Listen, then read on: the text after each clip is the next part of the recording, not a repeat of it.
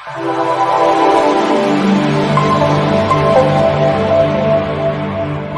ہیں ہر ایک چیز کا کوئی نہ کوئی منبع اور مبدا ہوتا ہے. ہر ظاہری اور باطنی شے اپنا سرا رکھتی ہے. انسان وطن کی نسبت سے مادر وطن لکھتا ہے, تعلیمی ادارے کی نسبت سے مادر علمی لکھتا ہے اور اسے خراج تحسین پیش کرتا ہے. اسی طریقے سے کہا جاتا ہے کہ فلسفہ تمام علوم کی ماں ہے, اور آج ہے انٹرنیشنل ڈے آف فلسفی. فلسفے کا عالمی دن ہے, اور ہم ویسے فلسفیوں کو سمجھتے ہیں بھائی یہ تو فلسفی ہیں یار, یہ تو بس بہت دیوانے پکائیں گے, یہ بہت زیادہ دیوانے پتہ نہیں کون سی باتیں کر رہے ہیں, ریالٹی سے تو ان کا کوئی تعلق ہی نہیں ہے, وہ آئیڈیلسٹک ورلڈ میں جی رہے ہیں. اس قسم کی باتیں ہوتی تھی. لیکن ایک ریمائنڈر دے دوں کہ پاکستان سے تعلق رکھنے والے یا پاکستان کے لیے جو سب سے اہم شخصیات میں شامل علامہ اقبال رحمۃ اللہ علیہ صاحب, وہ بھی ایک فلسفر مانے جاتے تھے, اور ان کے نام کے ساتھ بھی ہم فلسفر پہلے لگاتے ہیں. لائر اور پولیٹیشین بعد میں ان کو کہتے ہیں, فلسفر ان کو سمجھا جاتا ہے. خرم الہی صاحب ہمارے ساتھ موجود ہیں, ریسرچ اسکالر ہیں, اور فلسفہ جو ہے وہ ان کی بنیادی فیلڈ ہے. ان سے جانتے ہیں ذرا فلسفے کے بارے میں اور اقبال کے فلسفے کے بارے میں. السلام علیکم خرم. وعلیکم السلام. یہ فلسفیوں کے بارے میں یہ کیوں اس طرح کی نیگیٹو باتیں پھیلی ہوئی ہیں معاشرے میں؟ بالکل ٹھیک ہے. ابلیس کی مجلس شورا میں علامہ محمد اقبال نے بڑی سخت تنقید کی تھی کہ مست رکھو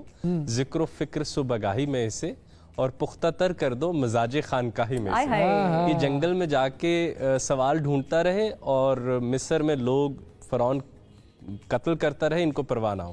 ویسے یہ آپ نے دوسری بات بھی درست فرمائی. ڈایوجین دا بیرل فلاسفر کا مشہور واقعہ, الیگزینڈر سامنے آ کے کھڑا ہوا, اس نے کہا دور دور سے لوگ تجھ سے ملنے آتے ہیں, تو حق پہ بات کرتا ہے, بتا تجھے کیا چاہیے مجھ سے.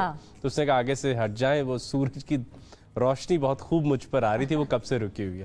ویسے فلسفہ علم کی محبت کو کہتے ہیں. علم سے محبت رکھنا, ہر شے اپنے اصل کی طرف جانا چاہتی ہے. انسان کی زندگی میں سب سے زیادہ پریزنس جو ہے وہ ایبسنس کی ہوتی ہے. صحیح ہے. بس فلسفی اس ایبسنس کو پریزنٹ کرنے کی کوشش کرتا ہے. ہمارے یہاں فلسفے کا رجحان اب ویسا ہی ہے جیسے پہلے تھا, پڑھنے میں یا پڑھانے میں. صحیح جواب دینا, غلط جواب دینا. صحیح جواب دیں. دیکھیں علامہ اقبال صاحب نے بھی قوم کو خواب غفلت سے جگایا تھا, آپ بھی یہی کام کریں ادھر. علامہ اقبال نے تو یہاں تک کہا تھا کہ اثر کچھ خواب کا غنچوں میں باقی ہے تو اے بلبل. اگر یہ قوم بہت ہی زیادہ سو گئی ہے, نوارا تلخ ترمی زن چ ذوق نغمہ کامیابی.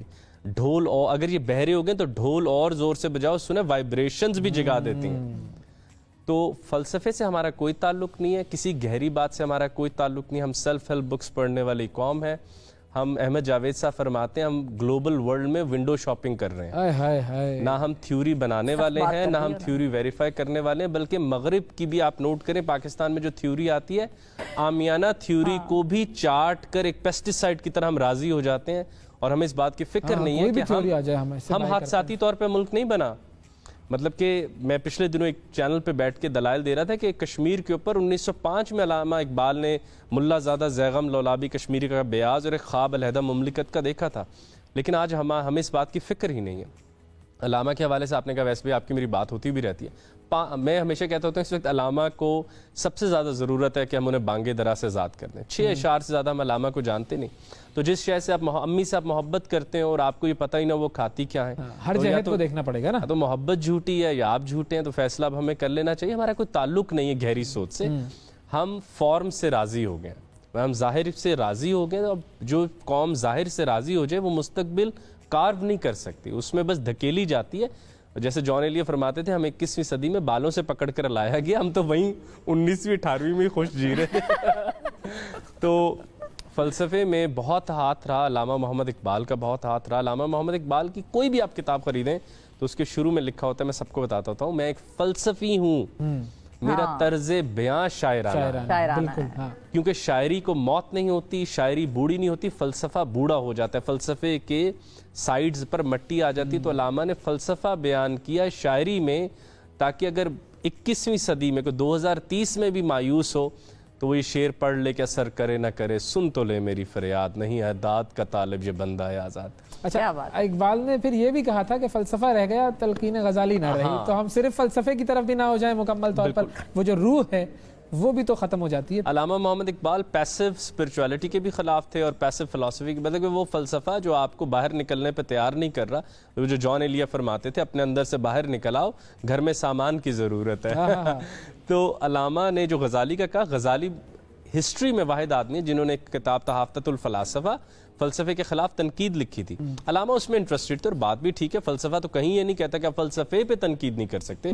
ہو سکتا ہے فلسفے کے علاوہ بھی کائنات کو دیکھنے کے کئی روپ ہوں جو ہم عقل کی وجہ سے آج تک نہ دیکھ سکتے.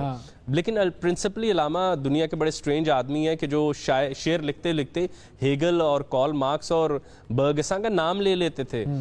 تو اگر اپنی خودی نہ کھوتا زناری برگساں نہ ہوتا. آپ دیکھیں کہ دنیا میں کوئی ایسا شاعر بھی ہوگا کہ جو شاعری کرتے فلسفیوں مغربی فلسفیوں کے نام لکھ رہا ہو. تو وہ چاہتے تھے امت میں گہری فکر آئے, اور اس کی کچھ وجوہات تھیں اس زمانے میں. کوانٹم فزکس عروج پہ جا رہی تھی, فرائیڈ کی تھیوریز نئی نئی جنم لے رہی تھی. علامہ یہ چاہتے تھے کہ مسلمان کی زینت ہوتا ہے کہ وہ کلّا یومن ہوا فشان والی خدا کی صفت کے ساتھ رہتا ہے, کہ ہر لمحے پچھلے جانے ہوئے سے ناراضی رہتا ہے.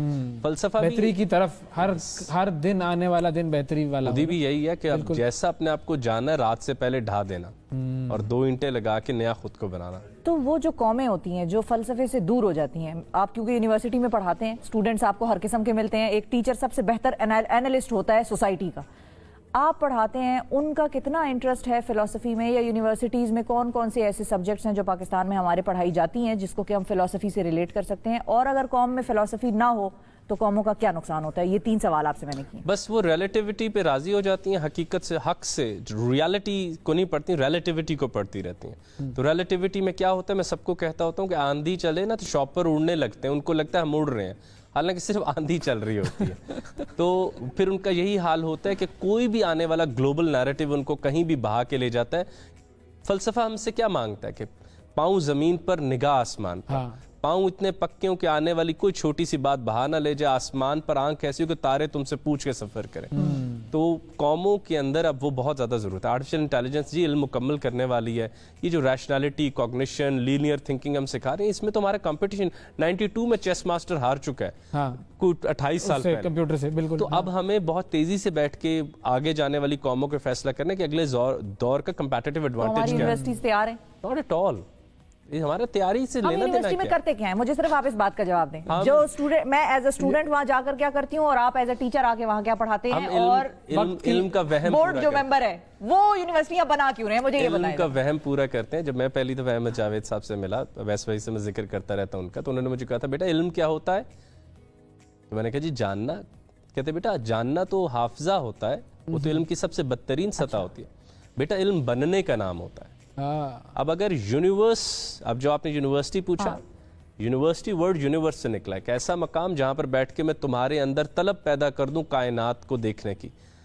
اللہ تعالیٰ قرآن میں فرماتے ہیں میری سب سے بڑی آیت قرآن ہے, یہ کائنات میری سب سے بڑی آیت ہے. تو آج ہم نے تو وہ پارٹیشنز میں بانٹا ہوا ہے کہ تم سائیکالوجی والے, تم نے کیوں سوچ لیا فزکس کے بارے میں, جاؤ یار تم مڈ ٹرم کی فکر کرو, تمہارا کیا لینا دینا, اگر ایسٹرائڈ آ کے زمین سے لگ رہا ہے تم کل کے مڈ ٹرم کی فکر کرو.